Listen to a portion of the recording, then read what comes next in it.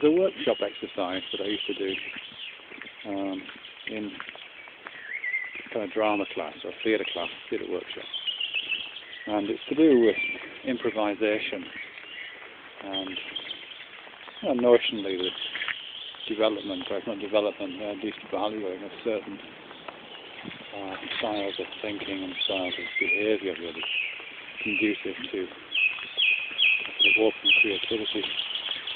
And this particular exercise, which I was very fond of, I don't even know it's got a name, this exercise, but the idea is that one person does some sort of simple mime with their hands.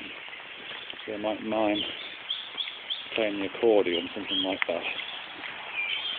And then the person next to them, perhaps we're standing in a circle at this point and maybe sitting in a circle, the person next to them watches what they're doing and reproduces the action, because they'll start moving their hands as if they're playing the accordion.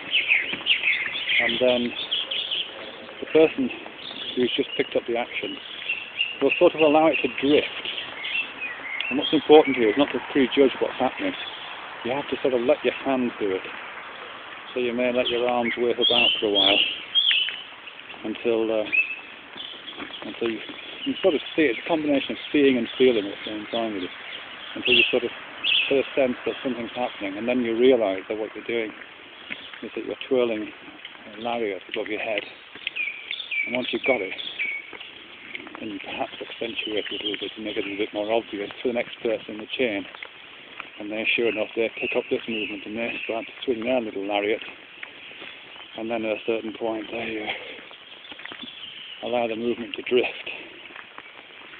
And it drifts until they find themselves cleaning the window of a shop.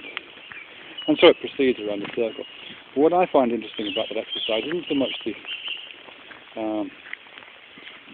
for example, it isn't so much the ability of a person to reproduce the actions of cleaning a shop window or twirling a lariat or playing the accordion. It's that odd moment between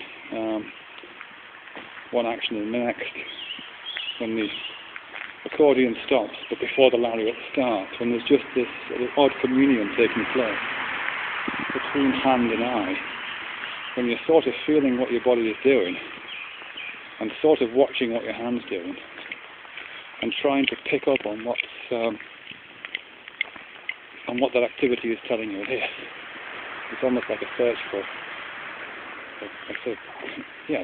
sort of meaning in this action.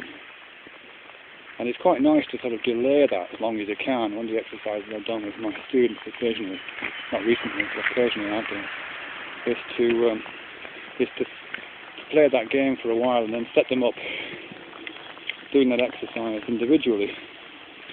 But as soon as they feel themselves locking into a particular movement, as soon as they feel the lariat materializing in their hands and in the air above their head, they immediately have to let it blend into something else until it becomes almost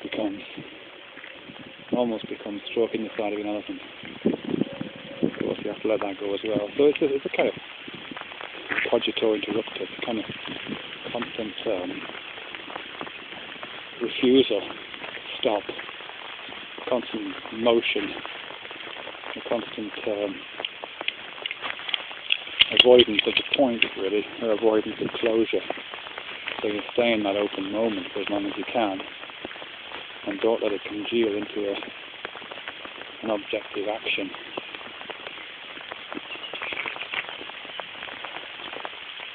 It's really raining now, and I came out, it wasn't, and now it's pouring. I put my phone away, it's going to get damaged.